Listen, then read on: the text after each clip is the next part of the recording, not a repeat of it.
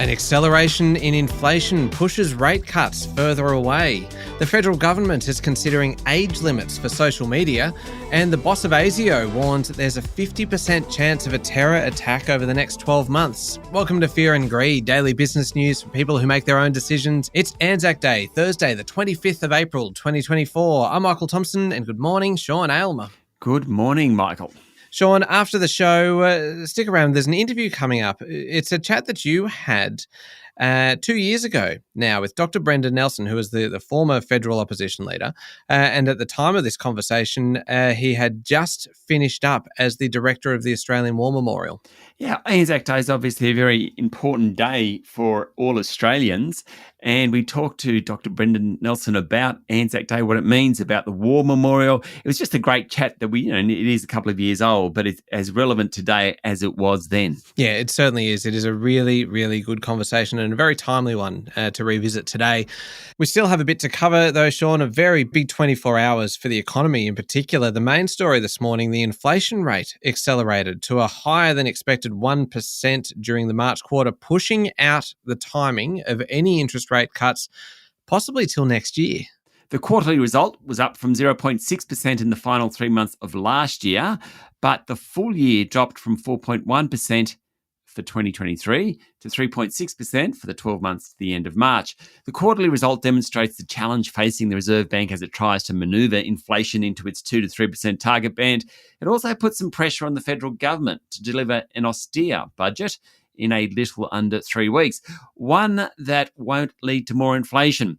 Of great significance is that the Reserve Bank's preferred measure, trimmed mean inflation, which takes out the most volatile price movements, was also up 1% for the quarter. It basically says that higher prices were widespread, though there were particularly large jumps in rents, education, food and beverages, and tobacco. For the year, the trimmed mean was 4%.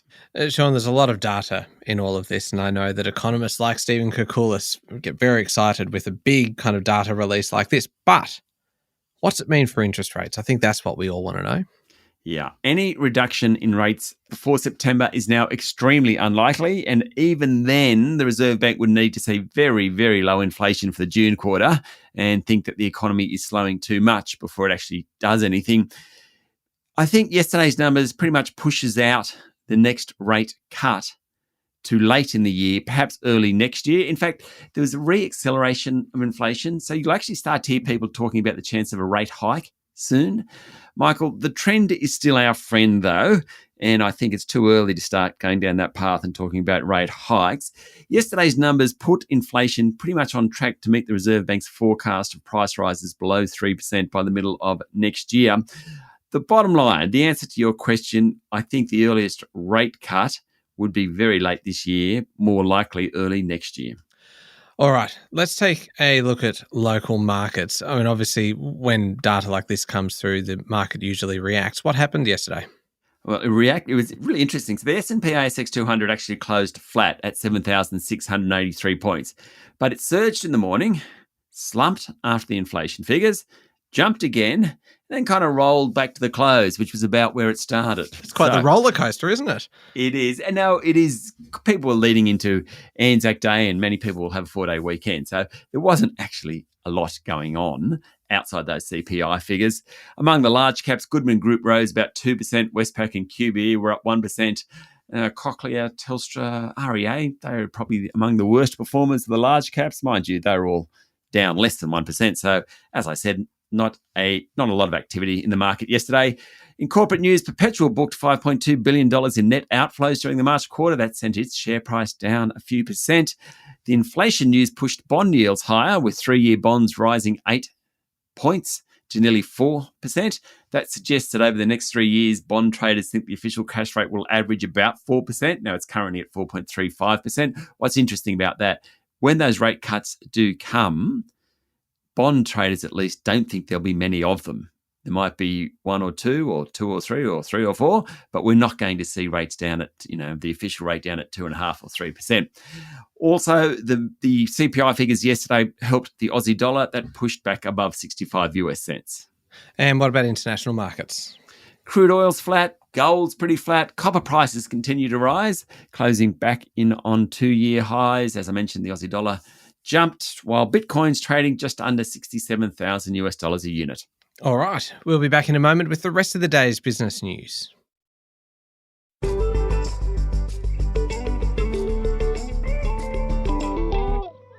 Sean, Federal Communications Minister Michelle Rowland said the government is considering age limits for children on social media as the stoush with ex-owner Elon Musk over graphic footage of a church stabbing continues. Ms. Rowland said age verification was a live issue being discussed with departments and the e-safety office, though there is no silver bullet to this challenge. She said the review of the Online Safety Act aims to make sure the regulator has the necessary tools to do its job. The review is also looking at other issues. Now, she told the ABC it was looking at, and I quote, harms to children, including by having recommender systems that push content like misogynist rubbish, eating disorder videos of children. So this is all in the context of Elon Musk's fighting against the e-safety's demand to take down that footage of the church stabbing in Western Sydney. The debate now is broadening out to all sorts of other things that appear on social media sites. So it's going to be something we'll be talking about for quite a while. Yeah, it does sound like it. Now, I mentioned this one at the top of the show. ASIO boss Mike Burgess says there is a 50% chance that a terrorist act is being planned in Australia in the next 12 months. Mr. Burgess, addressing the National Press Club yesterday with AFP, Australian Federal Police Commissioner Rhys Kershaw, said all ideologies can lead to extremism. The most likely attack will come from an individual or a small group of individuals that go to violence with little or no warning. Mr. Burgess also said children are increasingly being radicalised and are making up a larger share of his agency's counter-terrorism work. Of course, the attacker at the church last week was a 16-year-old. Now, the AFP's Mr. Kershaw addressed counter-terrorism raids that took place in Sydney yesterday. That follows that stabbing last week. He said the AFP has to make lawful interventions to prevent any further planning or attack on our communities. Oil and gas giant Woodside faced angry protesters at its AGM in Perth yesterday who were demanding board renewal and a more aggressive decarbonisation plan. Woodside has an aspiration to be net zero by 2050.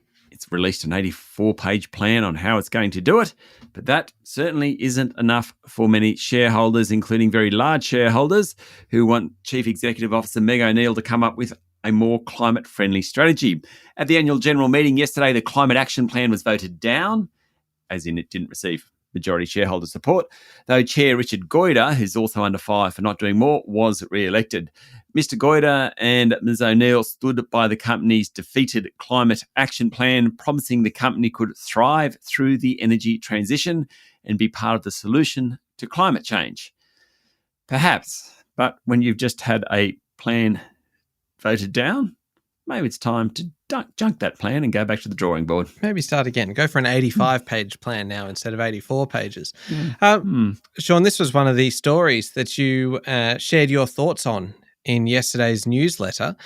So head along to fearandgreed.com.au and pop your email address in there and you get the weekly newsletter that comes out every Wednesday, mid-morning on a Wednesday. So it's probably a bit late for this week considering it's now Thursday, but it'd be very early for next week. I mean, because you teed off on Elon Musk. You told us what you thought of Jim Chalmers.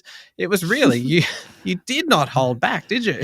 It was fun this week. Woodside, we had a crack at Woodside as well. Mm-hmm. Yeah. That was going on. In fact, we had a free-to-air broadcasters. They got a bit of a belting too. Yeah. Yep. And we've had some fantastic feedback, a great response to our new newsletter. So fearandgreed.com.au, put your email address in and you can get it next week, next Wednesday when the next one comes out. Sean, Nick Scarley is pushing into the UK, buying a specialty home furniture retailer with 21 stores across the country. Nick Scarley will do an equity raise of up to $60 million to fund the purchase of Anglia Home Furnishings, a 45-year-old company. The group's been looking at entering the UK market for almost 12 months. Yesterday, Nick Scarley said the new business will be profitable within 18 months. And Cleanaway Waste Management's share price tumbled 10% yesterday, following a 16% rise on Monday, after Seven Group said it isn't interested in buying the business. Yeah, so Bloomberg reported that Seven was seeking finance for a takeover of Cleanaway. That sent its share price surging on Monday. Yesterday, Seven came out and said, we're focused on buying out Boral, the concrete and asphalt business, which it already owns 82% of. Cleanaway is not an option. Then, as a result, Cleanaway's share price fell 10%. Cleanaway, of course, has contracts with 130 councils and 150,000 businesses, running 5,000 trucks collecting waste. It is the largest operator in the country. Seven's already pretty busy. It owns or controls Boral, Coates Hire, and Westtrac Mining Trucks and Machinery. All right, turning to international news now, and Tesla's share price jumped 13% in after-hours trading following Elon Musk's announcement that the company will launch new, cheaper EV models early next year. Previously, the timing was mid-2025, and the comments overwhelmed what was otherwise an underwhelming performance by the world's largest EV maker. Earnings were below expectations. Revenue was down 9% and margins were squeezed by the emergence of stronger competitors like China's BYD. Tesla's share price was down 50% from its peak. It's improved somewhat after yesterday. The news about cheaper vehicles has convinced some investors that Mr. Musk can turn around the company's fortunes. Just a quick little mention, Sean, of an interview that we're going to have tomorrow on this exact topic. We're going to talk to Trent Nikolic, the managing editor of drive.com.au, who is currently doing a lap of Australia in an EV. So he's just making his way right around the country, and he's going to talk to us tomorrow about what it's like, about the limitations, about kind of what is preventing EV kind of mass take-up in Australia and what it's actually going to take to get to that point. He's always great, isn't he, Trent? He is. I want to know whether he's actually finding charging stations, whether he thinks the ride's worth it. I'm very much looking forward to that chat. I love podcasting, Sean, but Trent has a fantastic job, doesn't he? Imagine getting to drive around the country in an EV for your job. Yes, I know. Wouldn't it be fantastic? Oh, maybe we should do a road trip, a Fear and Greed road trip. Can you imagine you, me and Adam in a car for like 3 weeks? Oh, no. No. Oh, just like one prolonged weekend edition. Oh. It could be fun. Anyway, it probably wouldn't, though, would it? No, probably not. Best not to. Okay, all right. The US Senate, Sean, has approved a $95 billion bill delivering security aid to Ukraine, Israel, and the Indo-Pacific region after it drew overwhelming bipartisan support and a boost to Joe Biden's top foreign policy priorities. The final passage of the legislation in Congress ends a political logjam that had lasted for months and cast doubt on America's ability to project power around the world. The approval from Capitol Hill paves the way for Washington to quickly send new weapons to Ukraine as it battles Russia's full-scale invasion. US officials said some aid for Kyiv will be forthcoming within days, according to the Financial Times. It will also bolster US military assistance to Israel. Now, the passage of the bill represents a pretty big legislative victory for Biden as he heads into a general election battle against Donald Trump in November. It's also a defeat for foreign policy isolationists, particularly Republican lawmakers close to Donald Trump. They've been holding up support for Kyiv for months. Okay, up next is the Fear and Greed Daily interview. Your guest today is Dr. Brendan Nelson, who spoke to us 2 years ago. This is an interview from 2 years ago. We last aired it on Anzac Day in 2022 when Dr. Nelson had just finished up as the director of the Australian War Memorial and was actually in his new role as the local boss for Boeing. Yes, it's a great chat, primarily about what Anzac Day means and how important the War Memorial is, but we also talk about Boeing a little bit too. Yeah, absolutely. It is a really interesting conversation. It is up next in the Fear and Greed playlist on your podcast platform or at fearandgreed.com.au. Thank you, Sean. Thank you, Michael. It's Thursday, the 25th of April, 2024. Make sure you're following the podcast and join us online on LinkedIn, Instagram, X, TikTok and Facebook. I'm Michael Thompson and that was Fear and Greed. Have a great day.